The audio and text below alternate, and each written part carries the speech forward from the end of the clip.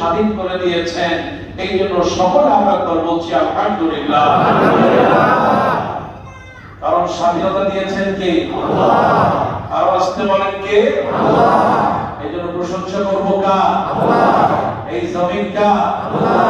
আমরা গোলাম কার? আল্লাহ। স্বাধীনতা দিলেন কে? আল্লাহ। এই জন্য জবান খুলে প্রশংসা হবে কার? আল্লাহ। জবান খুলে বলি আলহামদুলিল্লাহ। জয় বলেন আলহামদুলিল্লাহ। রব্বানা লাকাল হামদ, রব্বানা লাকাল হামদ হামদান কাসীরান, হামদান কাসীরান তাইয়িবান মুবারাকান ফীহি, তাইয়িবান মুবারাকান ফীহি। আজ কোনো ভয় আছে? না। আজ কোনো শঙ্কা আছে? না। মামলা হওয়ার ভয় আছে? না। ঘরে ঘুমাইতে না পারার ভয় আছে? না। গুম হওয়ার ভয় আছে? না। সবকিছু ভয় থেকে আমাদেরকে রক্ষা করেছেন কে? আল্লাহ। আর একবার বলি আলহামদুলিল্লাহ। দুরূদ ও সালাম মানবতার মুক্তিদূত নবী মুহাম্মদ রাসূলুল্লাহ সাল্লাল্লাহু আলাইহি ওয়াসাল্লাম, যেই নবী মানবতার নবী, যেই নবী হচ্ছেন আমাদের শাফাআতের কাণ্ডারী, যেই নবী হচ্ছেন আমার আদর্শ, যেই নবীর কারণে জাহিলি সমাজটা আদর্শ সমাজে পরিণত হয়েছিল, যেই নবীজি আমাদেরকে রাস্তা দেখিয়েছেন। এই জন্য রাসূলের প্রশংসা করছি। আল্লাহ পাক এই রাসূলের মর্যাদার কারণে, আমরা তার গুনাহগার উম্মত হওয়ার কারণে কিয়ামতের দিন আল্লাহ পাক রাসূলের হাতে হাত রেখে জান্নাতে যাওয়ার তৌফিক দান করে। আমিন।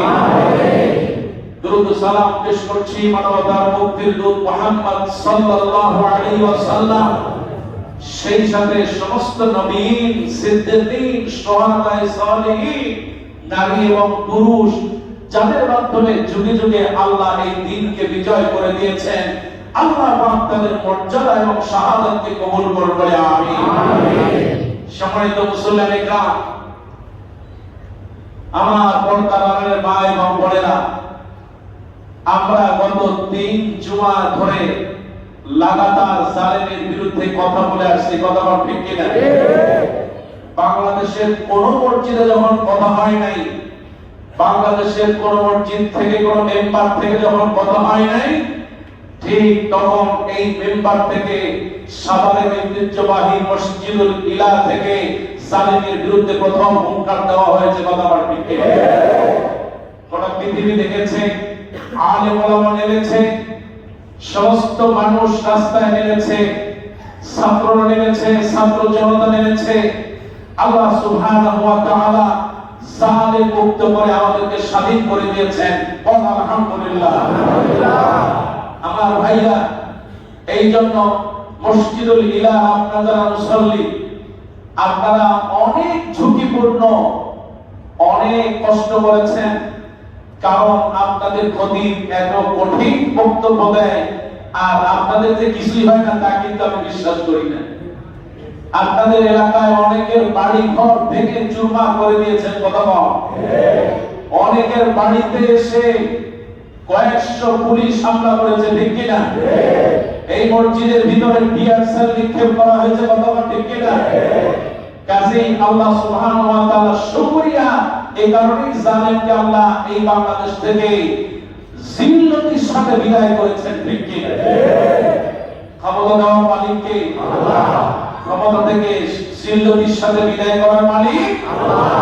কাজেই আজকে আমরা আলোচনা করব, এই যে একটা স্বাধীন দেশ পেলাম, এই স্বাধীন দেশ কিভাবে আমরা পেলাম, দ্বিতীয়বার স্বাধীন হলো এই বাংলাদেশ, কিভাবে পেলাম, আমাদের করণীয় কি, জালেম পতনের কারণ, আর আল্লাহর কাছে এর মর্যাদা কি, সে বিষয়ে আমরা আলোচনা করব ইনশাআল্লাহ।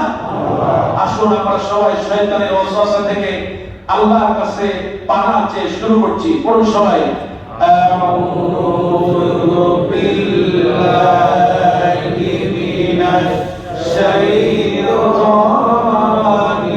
রাজীম।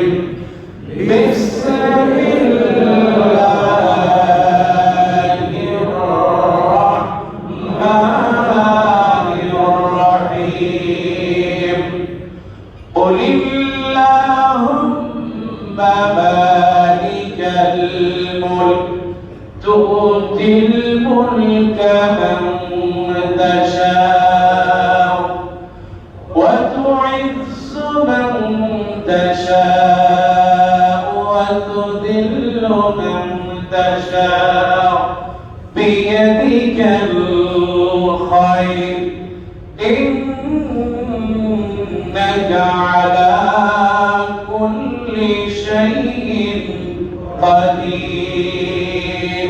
اكتب سبحان الله.